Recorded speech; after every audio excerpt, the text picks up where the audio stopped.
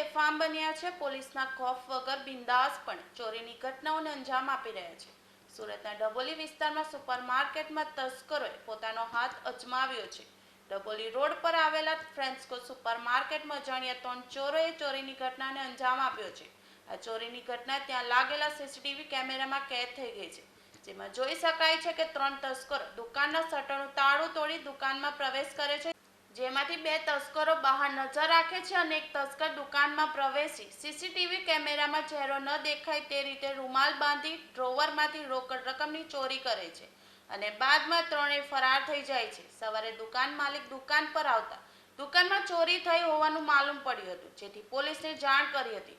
હાલ તો સિંગરપુર પોલીસે સીસીટીવી આધારે વધુ તપાસ હાથ ધરી છે।